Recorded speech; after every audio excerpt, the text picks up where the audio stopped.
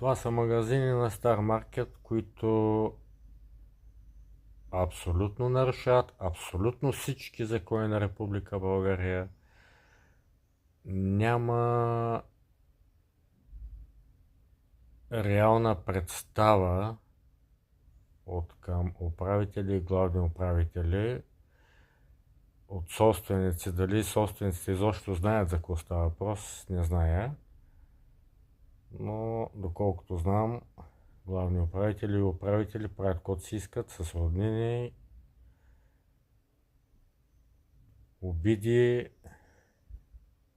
бълхи, нали, рези получава някаква такса от тях, плащане, както всяка една държавна институция получава от частна фирма такса спокойствие. Другото в момента не мога да го кажа, би го казал пред прокурор.